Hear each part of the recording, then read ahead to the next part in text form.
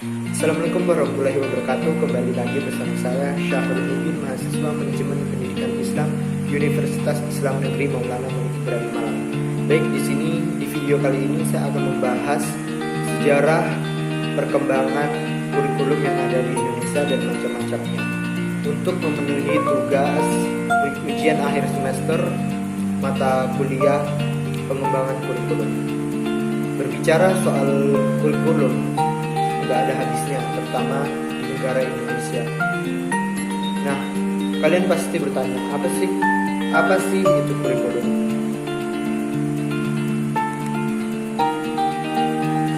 Nah, kurikulum merupakan salah satu bagian penting yang terjadi dalam proses pendidikan, karena suatu pendidikan tanpa adanya kurikulum akan kelihatan amburadul dan tidak teratur.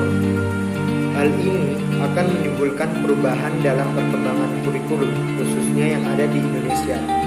Kurikulum merupakan salah satu alat untuk mencapai tujuan pendidikan dan sekaligus digunakan sebagai pedoman dalam pelaksanaan proses belajar mengajar pada berbagai jenis tingkat sekolah.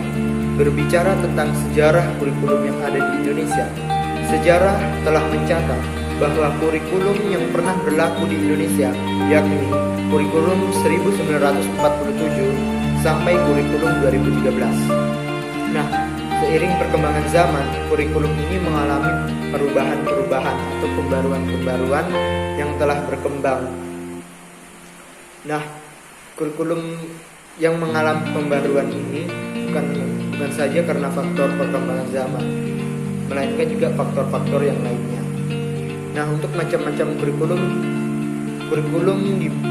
dibagi dengan beberapa macam.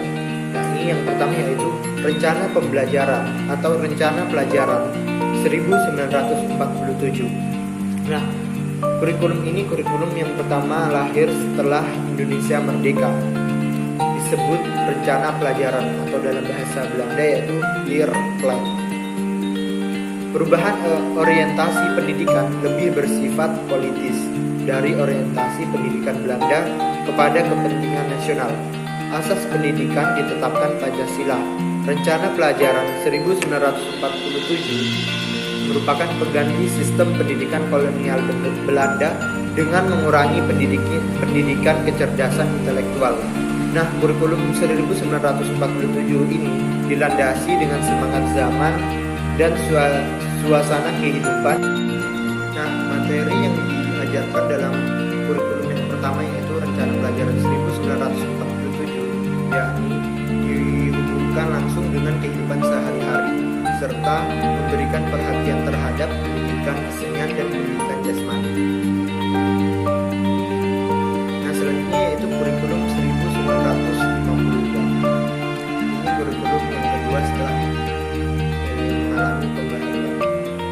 Nah, kurikulum 1952 ini pada tahun 1952 kurikulum di Indonesia mengalami penyempurnaan. Pada tahun 1952 pemerintah Indonesia melalui Kementerian Pendidikan, Pengajaran dan Kebudayaan menerbitkan buku pedoman kurikulum SD yang lebih merinci setiap mata pelajaran.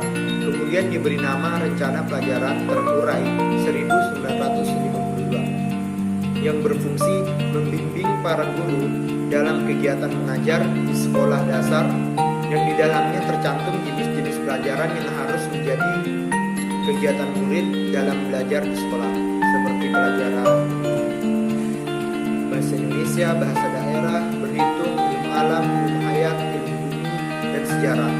Nah, kurikulum ini sudah mengarah pada suatu sistem pendidikan nasional yang paling menonjol dan sekaligus ciri dari kurikulum 1952, bahwa setiap rencana pelajaran sehari-hari, silabus mata pelajarannya jelas sekali.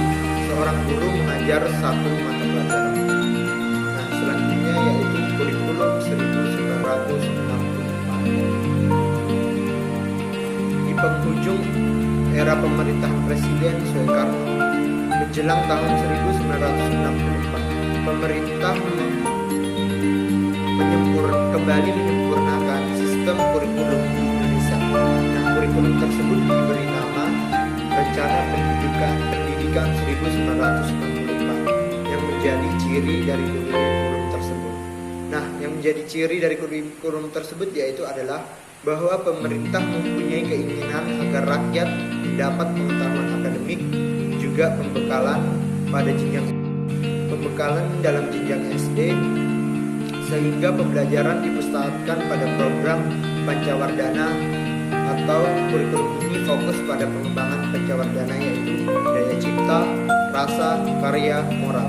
Nah, mata pelajaran diklasifikasikan dalam 5 kelompok bidang studi, di antaranya yaitu moral, kecerdasan, emosional atau artistik, kepribadian atau keterampilan, dan jasmania. Pendidikan dasar lebih menekankan pada pengetahuan dan kegiatan fungsional praktis. Nah, menurut saya ini di antara 2 kurikulum sebelumnya, ini menurut saya dari 2 di antara sebelumnya, menurut saya dalam mata pelajarannya sangat bagus karena mengajarkan moral, kecerdasan, emosional atau artistik, kepribadian, keterampilan, dan jasmani. Nah, selanjutnya yaitu kurikulum 1968. Nah, lahirnya kurikulum ini sebagai perubahan dari kurikulum yang dipengaruhi oleh perubahan sistem politik dari pemerintahan rezim Orde Lama ke rezim pemerintahan Orde Baru. Kurikulum ini menggantikan pendidikan sebelumnya atau kurikulum sebelumnya yang diciptakan sebagai produk Orde Lama. Nah, kurikulum ini melakukan perubahan struktur kurikulum dari Pancawardhana dan menekankan pendekatan organisasi. Materi pelajaran menjadi kelompok pembinaan jiwa Pancasila, pengetahuan dasar, dan kecakapan khusus.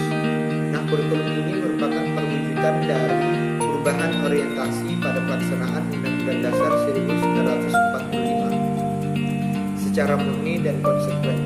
Jumlah jam mata pelajarannya 9 mata pelajaran. Titik berat kurikulum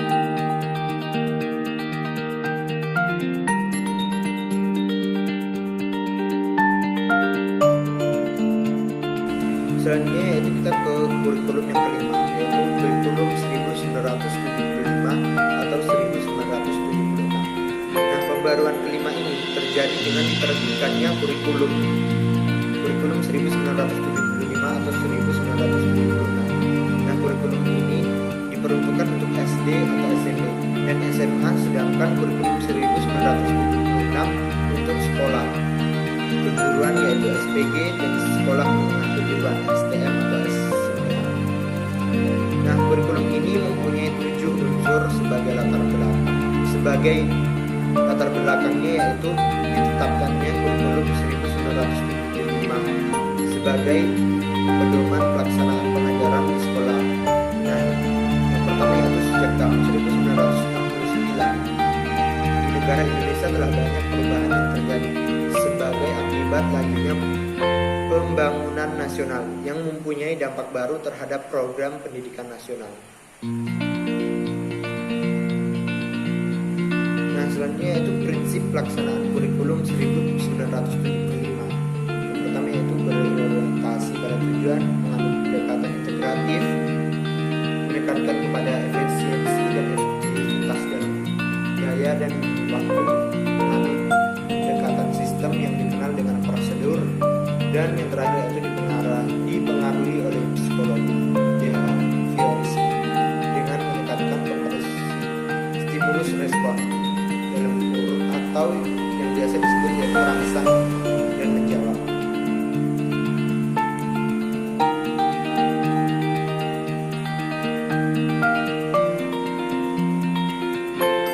Nah, selanjutnya kurikulum yang keenam yaitu kurikulum 1985.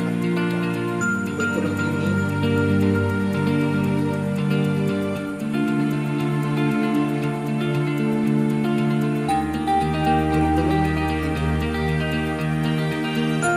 sebelumnya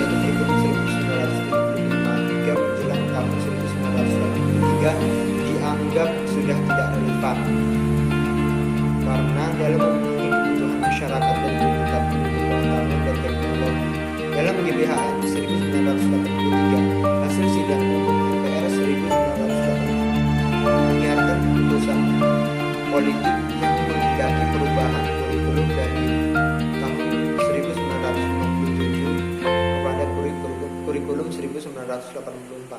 Karena itulah pada tahun 1984 pemerintah menetapkan pergantian kurikulum 1975 menjadi 1980. Selanjutnya yaitu kurikulum 1994. Nah, kurikulum ini sebagai penyempurnaan kurikulum sebelumnya dan dilaksanakan sesuai dengan Undang-Undang Nomor 2 Tahun 1989 tentang Sistem Pendidikan Nasional atau SPN. Hal ini berdampak pada sistem pembagian waktu pelajaran, yaitu dengan mengubah dari sistem semester ke sistem catur ulang. Nah, dengan sistem catur ulang yang pembagiannya dalam 1 tahun menjadi 3 tahap, dapat memberi kesempatan bagi siswa untuk dapat menerima mata pelajaran cukup banyak. Nah, kurikulum ini memiliki ciri-ciri sebagai pembagian tahapan pelajaran di sekolah dengan sistem catur ulang. Pembelajaran di sekolah lebih menekankan mata pelajaran yang cukup padat. Nah, selanjutnya itu dalam pengajaran suatu mata pelajaran seharusnya disesuaikan dengan kekasan konsep atau pokok bahasa.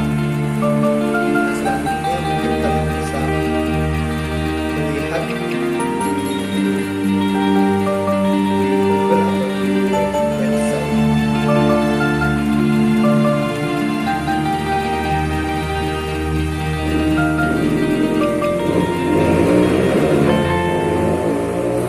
Selanjutnya yaitu kurikulum berbasis kompetensi tahun 2002 dan 2004 atau yang disingkat atau yang lebih dikenal yaitu sebagai kurikulum atau sebagai KBK. Nah, implementasi pendidikan di sekolah mengacu pada seperangkat kurikulum. Salah satu bentuk inovasi yang dikembangkan pemerintah guna meningkatkan mutu pendidikan adalah melakukan inovasi di bidang kurikulum. Nah, pada tahun 1900, nah itulah sedikit banyak